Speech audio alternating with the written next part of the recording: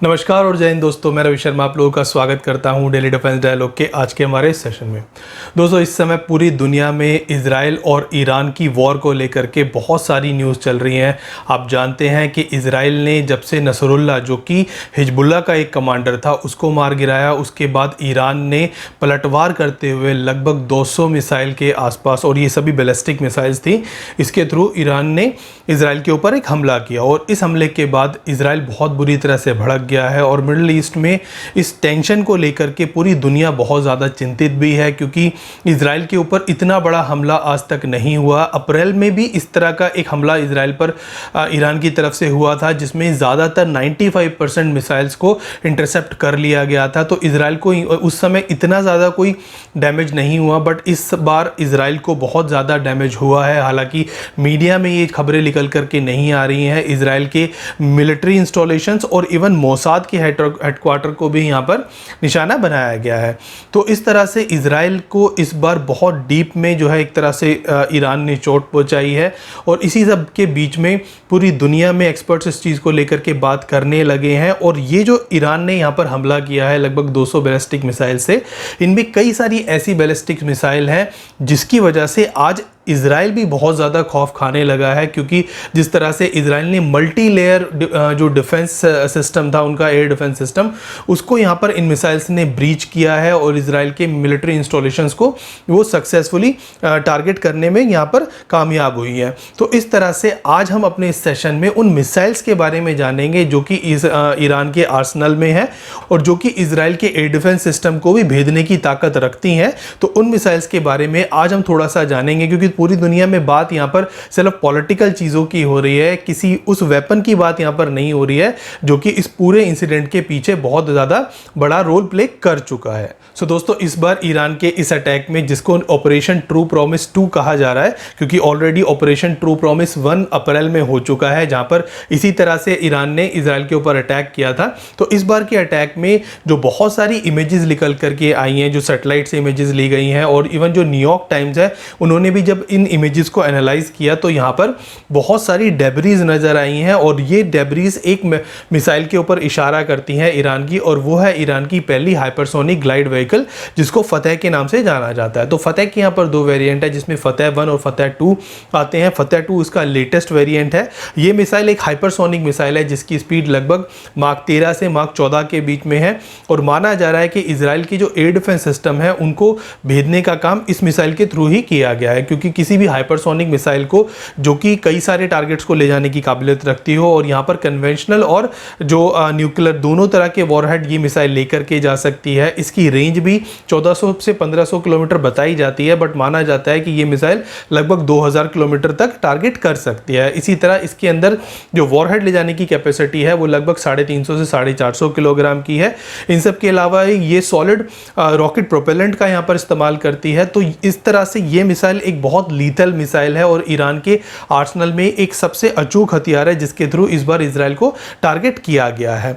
इस मिसाइल को लेकर के बहुत सारी और न्यूज़ भी आ रही हैं, जहां पर बताया जा रहा है कि इस मिसाइल की कैपेबिलिटीज़ जितनी ईरान ने बताई हैं उससे भी कई गुना ज़्यादा है, और ये अपने मिड कोर्स में भी अपनी ट्रैजेक्टरी में मनूवर कर सकती है। तो उसकी मनूवरेबिलिटी भी काफ़ी ज़्यादा है। तो बताया तो जा रहा है कि ये बैलिस्टिक मिसाइल है, बट बैलिस्टिक मिसाइल के साथ एक मनूवरेबल बैलिस्टिक मिसाइल है, जो कि किसी भी जो एयर डिफेंस सिस्टम है उसके थ्रू इस मिसाइल को टारगेट करना या इंटरसेप्ट करना यहाँ पर बहुत मुश्किल माना जा रहा है। इसके अलावा जिस दूसरी मिसाइल का इस अटैक के अंदर नाम आ रहा है वो है यहाँ पर शाहाब 3।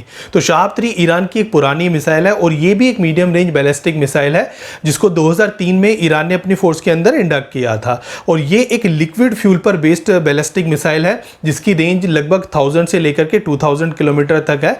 बट यहाँ पर जो वॉरहेड ले जाने की कैपेबिलिटी है इस मिसाइल की, वो बाकी मिसाइल से काफ़ी ज़्यादा है। इसके अंदर 1200 किलोग्राम का वॉरहेड ये मिसाइल लेकर के जा सकती है, और बहुत हद तक कई सारी खबरें ये भी हैं कि इस मिसाइल में मल्टीपल टारगेट्स को हिट करने की कैपेबिलिटी है। यानी कि ये कुछ हद तक, जैसे भारत ने अपनी अग्नि 5 के अंदर कुछ समय पहले मर्व कैपेबिलिटी को यहाँ पर टेस्ट किया था, और दुनिया में बहुत कम देश हैं जो कि मर्व कैपेबिलिटी रखते हैं। तो ये मिसाइल भी कुछ कुछ इसी तरह की मिसाइल है, जहाँ पर क्लस्टर म्यूनिशन को ले जाने की कैपेबिलिटी ये मिसाइल रखती है, जहाँ पर 5 क्लस्टर म्यूनिशन को इस मिसाइल के वॉरहेड्स की तरह इस्तेमाल किया जा सकता है, जो कि सभी इंडिविजुअल टारगेट्स को हिट कर सकते हैं। तो ये मिसाइल भी एक बहुत लीथल मिसाइल है और माना जा रहा है कि इस मिसाइल के थ्रू भी ईरान के जो एयर डिफेंस सिस्टम है उसको यहाँ पर ब्रीच किया गया, क्योंकि इसकी स्पीड भी लगभग जो है मार्क 5 से लेकर के मार्क 7 की है। इस सब के अलावा इस मिसाइल का एक और इंप्रूव्ड वर्जन है जिसका नाम शहाब 3A है, जिसको कद्र के नाम से जाना जाता है। तो कद्र एक डिफरेंट मिसाइल है जो कि शहाब का एक इंप्रूव्ड वर्जन है, तो इसको कद्र 101 और कद्र 110 बोला जा रहा है। और ये दोनों मिसाइल्स, एक है एंटी सैटेलाइट मिसाइल और एक है इंटरमीडिएटरी रेंज बैलिस्टिक मिसाइल, जिसकी रेंज लगभग 3000 से लेकर के 5000 किलोमीटर की होने वाली है। हालांकि इसके ऊपर अभी काम लगातार चल रहा है, बट फिर भी जो इसकी इनिशियल रेंज है वो लगभग 1800 से लेकर के 2000 किलोमीटर तक है। और ये भी इसी तरह की मिसाइल है, बट यहां पर क्योंकि जो शहाब है वो एक लिक्विड प्रोपेलेंट बेस्ड मिसाइल थी, बट इसके दोनों स्टेजेस के अंदर, क्योंकि एक 2 स्टेज मिसाइल है जहां पर पहले स्टेज के अंदर सॉलिड फ्यूल को इस्तेमाल किया जाता है, वहीं जो सेकंड स्टेज है वहां पर लिक्विड फ्यूल को इस्तेमाल किया जा रहा है। तो इस तरह से ये एक इंप्रूव्ड वर्जन मिसाइल है जो कि उतनी ही लीथल है जितनी शहाब 3 है। और शहाब 3 का क्योंकि इंप्रूव्ड वर्जन है तो इसी को आगे चल करके एंटी सैटेलाइट और जो इंटरमीडिएटरी रेंज बैलिस्टिक मिसाइल है उसमें यहां पर कन्वर्ट किया जा रहा है। इन दोनों मिसाइल के अलावा जो तीसरी मिसाइल इस अटैक में यूज की गई है उसका नाम है हज कासिम। सो हज कासिम वही मिसाइल है जो कि ईरान ने अपने कमांडर, जो कि ईरानी मिलिट्री के कमांडर थे जिनका नाम था कासिम सुलेमानी, जिनको 2020 में अमेरिका ने एक ड्रोन स्ट्राइक में मार गिराया था, तो उनको यहां पर इस मिसाइल का नाम देते हुए यहां पर इस मिसाइल को 2020 में अनवील किया गया था। और ये मिसाइल फतेह 101 का एक एडवांस वेरिएंट मानी जाती है। इसकी रेंज भी लगभग 1400 से 2000 किलोमीटर के रेंज के बीच में है और ये 500 किलोग्राम का वॉरहेड ले जाने की कैपेबिलिटी रखती है। सो ये भी एक एडवांस वेरिएंट है और ये भी एक बैलिस्टिक मिसाइल है जो कि माना जा रहा है इस अटैक के अंदर यूज की गई है। तो इस तरह से ईरान ने अपनी ज़्यादातर जो इंटरमीडिएटरी बैलिस्टिक मिसाइल है या फिर मीडियम रेंज की जो बैलिस्टिक मिसाइल्स हैं वो यहाँ पर यूज़ की हैं। और ये सारी बैलिस्टिक मिसाइल्स को यूज़ करने के पीछे जो बड़ा कारण रहा है वो इसीलिए क्योंकि इनकी स्पीड काफ़ी ज़्यादा है और ये हाइपरसोनिक स्पीड से जब एंटर करती हैं यहाँ पर एटमॉस्फेयर के अंदर तो इसको किसी भी एयर डिफेंस सिस्टम के थ्रू यहाँ पर ट्रैक कर पाना बहुत मुश्किल है, क्योंकि ईरान ने यहाँ पर अपना एरो एयर डिफेंस सिस्टम लगाया हुआ था जो कि यहाँ पर कुछ हद तक फेल भी हुआ है। हालांकि कुछ मिसाइल्स यहाँ पर रोकी गई हैं, कुछ मिसाइल्स यहाँ पर अमेरिका ने अपने जो नेवल रडार्स थे उनके थ्रू रोकी है, कुछ इंटरसेप्टर्स को यहाँ पर अमेरिका ने ऑलरेडी डिप्लॉय किया हुआ था, कुछ मिसाइल्स यहाँ पर जॉर्डन की तरफ से भी रोकी गई हैं और कुछ मिसाइल यहाँ पर इजराइल की तरफ से भी रोकी गई हैं। बट माना जाता है कि यहाँ पर मोर देन 50% मिसाइल जो है वो अपने टारगेट को हिट करने में यहाँ पर कामयाब हुई हैं। तो इस तरह से इस बार इजराइल को बहुत ज़्यादा डीपली इन मिसाइल्स ने यहाँ पर टारगेट किया है और ये इजराइल के लिए एक तरह से बहुत बड़ी खतरे की घंटी है, क्योंकि इजराइल ने यहाँ पर अपने एयर डिफेंस सिस्टम को मल्टी लेयर तो ज़रूर बनाया है पर उसके लिए भी इन हाइपरसोनिक मिसाइल से पार पाना बहुत ज़्यादा मुश्किल है। भारत के लिए भी एक बहुत बड़ा ये एक तरह से लेसन है, भारत यहाँ से सीख सकता है कि अगर भारत के ऊपर कल इसी तरह का कोई अटैक होता है जहाँ पर कई तरह की हाइपरसोनिक मिसाइल्स के थ्रू या फिर इस तरह की बैलिस्टिक मिसाइल के थ्रू अगर भारत के ऊपर अटैक होता है तो उस समय भारत इन मिसाइल से अपने आप को कैसे बचाएगा। तो इस चीज़ से बचने के लिए भारत को भी यहाँ पर अपने एयर डिफेंस सिस्टम को उतना मजबूत बनाना पड़ेगा कि कल भारत के सामने अगर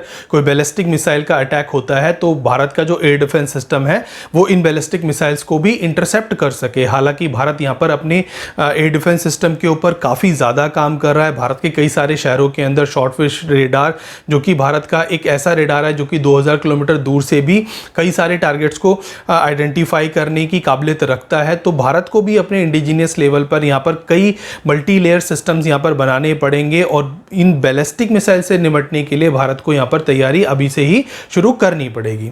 अब आज के इस सेशन को हम यहीं एंड करने जा रहे हैं। कल आपके सामने फिर हाजिर होते हैं इसी तरह का एक और इंटरेस्टिंग टॉपिक लेकर के। तब तक आप देखते रहिए डेली डिफेंस डायलॉग। हमारे चैनल को लाइक कीजिए, सब्सक्राइब कीजिए और हाँ बेल आइकन दबाना बिल्कुल भी ना भूलिएगा। तब तक के लिए जय हिंद।